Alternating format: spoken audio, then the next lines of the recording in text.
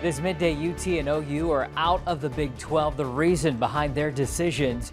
And school districts across Texas don't have enough teachers. How A&M's trying to bridge the gap.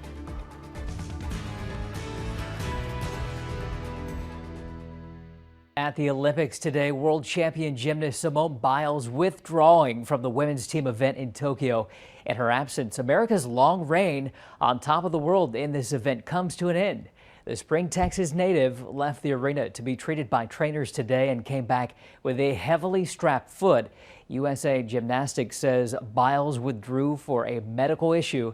It's not clear if she'll be able to compete later on in the individual events, but Biles will be assessed daily to determine her ability to join future competitions. The U.S. earned silver at the team event. The Russians taking home the gold today. Good morning to you. I'm Joey Horta.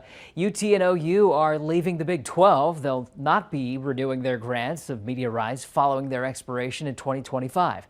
The biggest question is why? The biggest reason is money. The SEC is one of the most financially stable Power 5 conferences. In 2019, the conference generated over $720 million in revenue.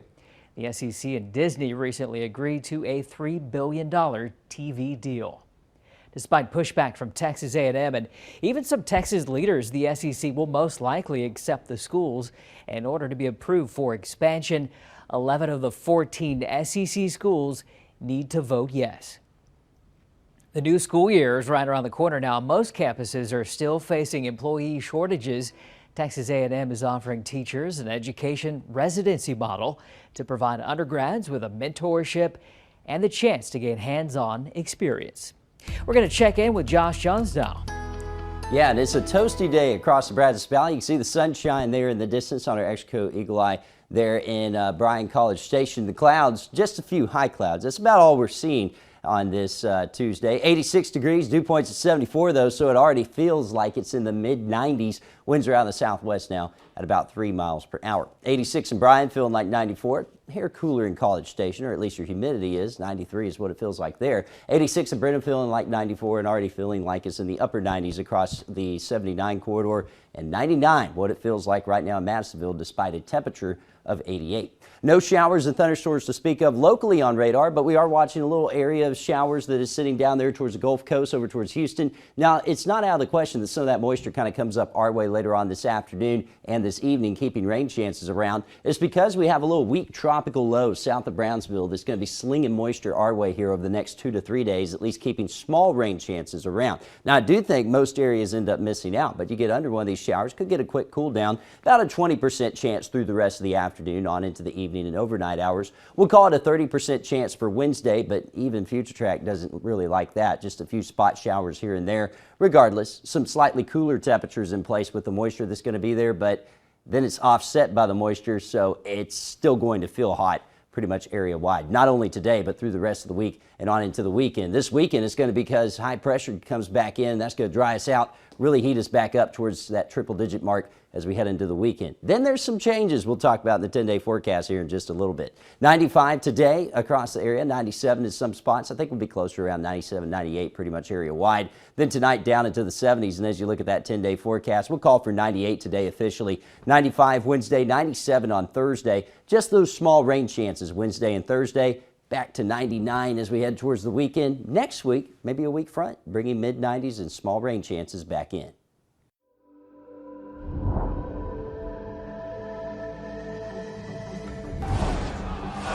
We would like the public to be able to see and understand what it was like to be on the front lines that day.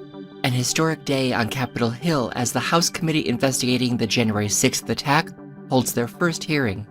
Today, Capitol and Metropolitan Police will deliver their own first-hand accounts of the attack. Each of them will share the injuries they suffered and the care they still need to make a full recovery.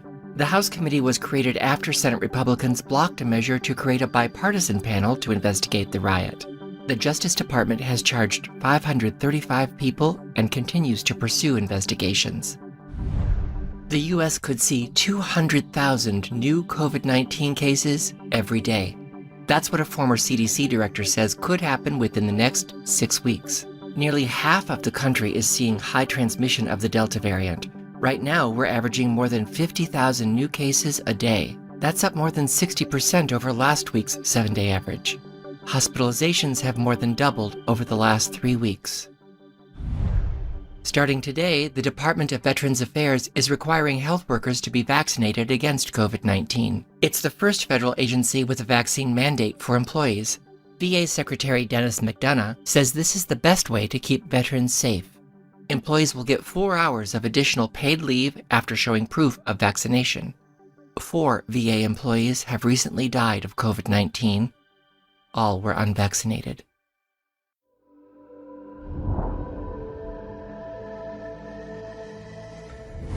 The CDC has said this pandemic is slowly turning into one of the unvaccinated. But what's the situation in places with high vaccination rates? To date, the CDC counts roughly 90 U.S. counties with at least 70% of their 12 and up population fully vaccinated. In San Francisco, 70% of residents 12 and up are fully vaxxed, but cases are trending up, jumping from 57 cases July 11th to 163 on July 15th. That's a 185% increase. The risk of COVID has gotten worse in the past several months. So the virus has gotten better at its job in the last few months, and your body has not. Dr. Bob Watchter at UCSF says he's back to double masking in stores and says he may skip indoor dining if the trends he's seeing continue. I think it'd be highly unlikely that any of us makes it through this without either being vaccinated or getting COVID. There's also breakthrough cases when someone who is vaccinated still gets a COVID-19 infection. It's rare, but it's happening. In California, the latest data shows about 1 in every 1,440 vaccinated people is getting COVID. What about herd immunity? That's when enough people are protected because they've either already gotten the virus or are vaccinated from it. We've heard numbers like 70, 80%, but as the virus changes, so does that threshold. As the virus is twice as contagious, you need a higher level of immunity in order to create herd immunity. So I think 90% is a reasonable guess. Experts say herd immunity is also not an absolute all or nothing thing. So in a place like San Francisco, there will be far fewer cases than Jackson, Mississippi, or Mobile, Alabama. So surges at any of those places are going to look a little bit larger, far larger depending on vaccination rates, compared to what a surge might look like here. Lindsay Thies, San Francisco.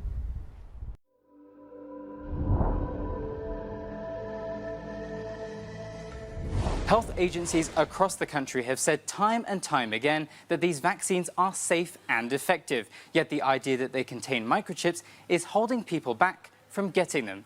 A survey done by The Economist and YouGov of 1,500 Americans found that 20% of them think the US government is using the COVID-19 vaccine to microchip the population. So health departments across the country are fighting back against this idea, saying it's simply not true. Nope, that is a myth. There are no microchips, no magnets, no Bluetooth technology, anything like that in the vaccines. Not only is it not true, but it's also scientifically impossible to make a microchip small enough to fit through a hypodermic needle and be capable of tracking someone's location. Devices and chips that are in that size regime, they are not going to be very sophisticated. Masood Tabib Azar, a professor of electrical engineering at the University of Utah, said while it is possible to make a microchip that is small enough to fit through a hypodermic needle, it wouldn't be able to track someone's GPS location. He said that would require a microchip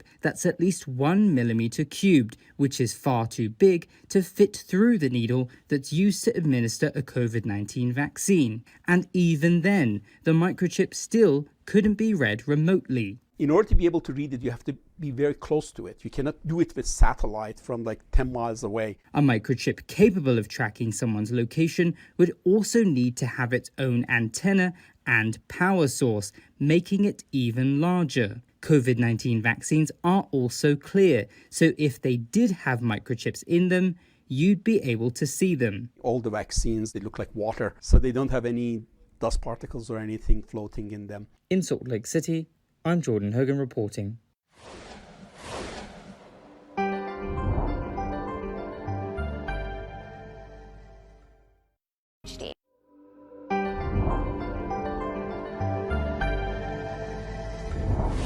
Some people think the best thing to do for a pet is set it free, but releasing certain animals into the wild is a bad idea. For example, goldfish released into ponds and lakes is a growing concern for some communities.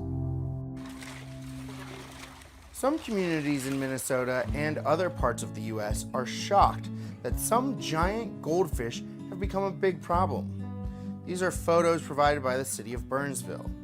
The goldfish found in Burnsville, Minnesota are the size of footballs. That's just one lake in one town. In nearby Carver County, experts say there are more goldfish in the wild than you can imagine. We got out tens of thousands of them in just a few days in the fall. In the springtime, we took out thousands of them that same year.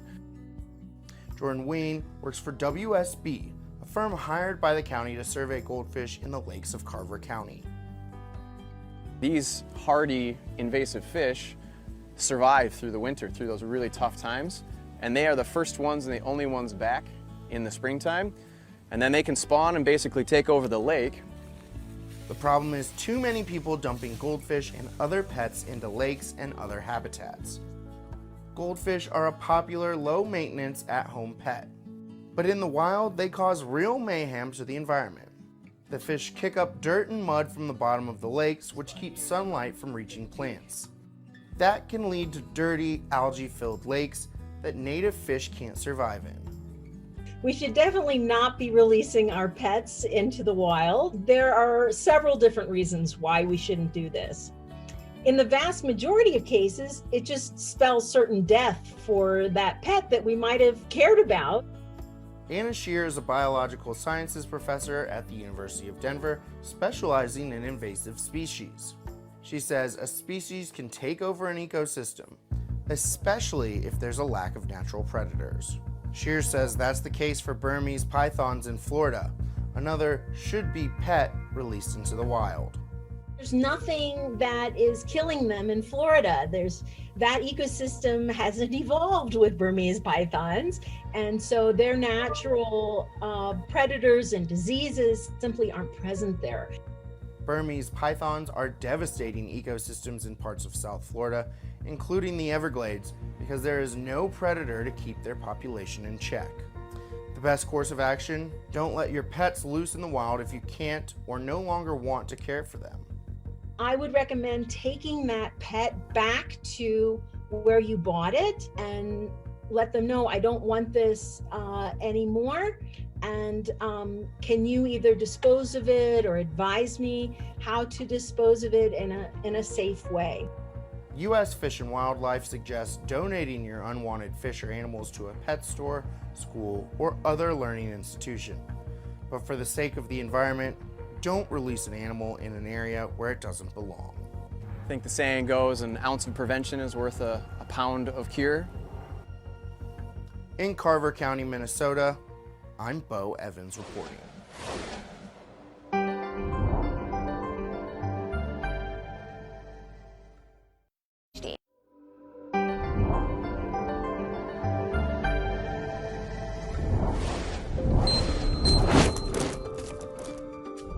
Many couples who had to put their wedding plans on hold last year are finally getting the chance to say I do. It's an exciting time, but some of their guests may still be nervous about COVID. Some health experts say if you are fully vaccinated with a normal immune system, you should be okay to attend. Doctors say if you are feeling conflicted about whether to RSVP to a wedding, think about your risk tolerance.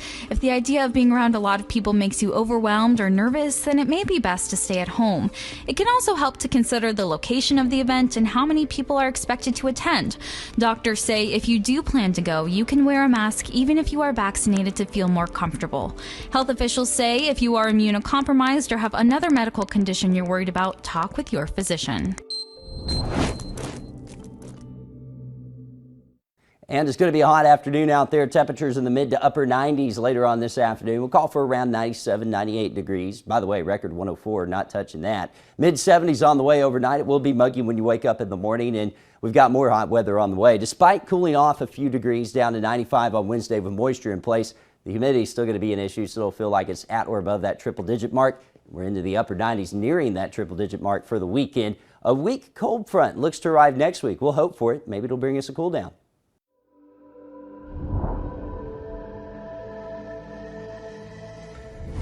Decades after hanging up her leotard, 3-time Olympic gymnast and 4-time gold medalist Dominique Dawes is back in the gym. Maybe introduce her to your new friends. That sound good? But not in the way you may think. This time, her name is on the building, an accomplishment she says comes with great responsibility. During the interview process, my whole thing is, why do you want to be a part of this facility? And if it's first and foremost not about the kids and having a passion to work with kids, they're not on board. Dawes opened this facility in the aftermath of the abuse revelations and subsequent cover-ups of convicted sex offender Larry Nassar, a man Dawes says was her doctor for nearly a decade as a young athlete. She says the culture at the time provided coverage for Nassar. There were a lot of adults present watching these young kids get verbally, physically, mentally, psychologically abused, and they turned a blind eye because they felt as if that is the way that you build champions. No, that is the way you break a human being. Far removed from her days as part of the Magnificent Seven, Dawes' goal now is to give her kids and kids from her home state of Maryland a soft place to land, physically and emotionally.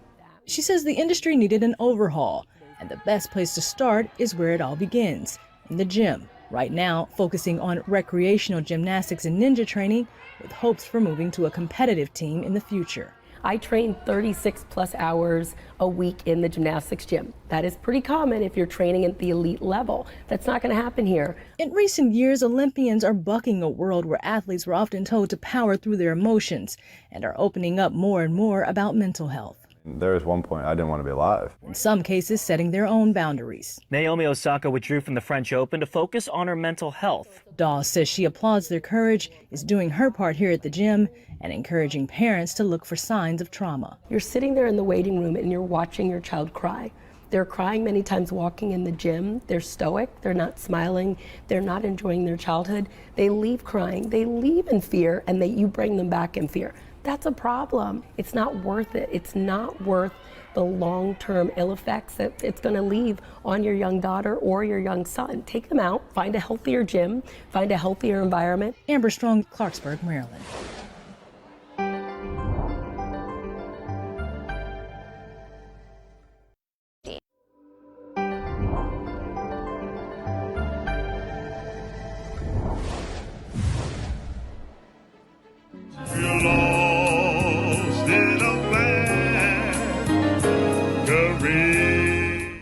Those who make their way into this Richmond, Virginia town have likely had the chance to hear Gil before they see him. I could hear him, I could feel his spirit, and it spoke to me. Gil stands at this corner serenading people every day, hoping to lift their spirits. Just to kind of share what I do, you know, my gift, which I feel singing is my gift. While he enjoys the corner, he'd love to one day try to make it to Las Vegas or New York.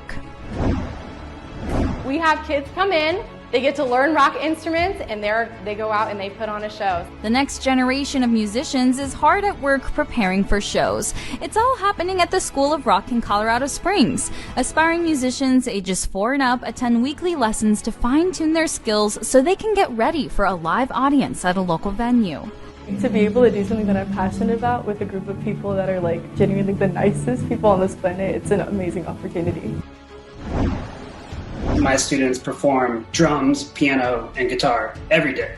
When the pandemic hit, this Baltimore high school music teacher had to scramble to keep his students engaged with no instruments. He found Soundtrap, an online audio recording studio that enables students and teachers to collaborate using any device from any location.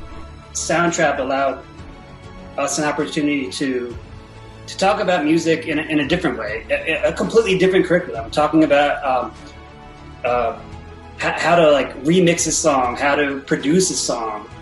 They are now working to see how to integrate it during in-person learning for the fall.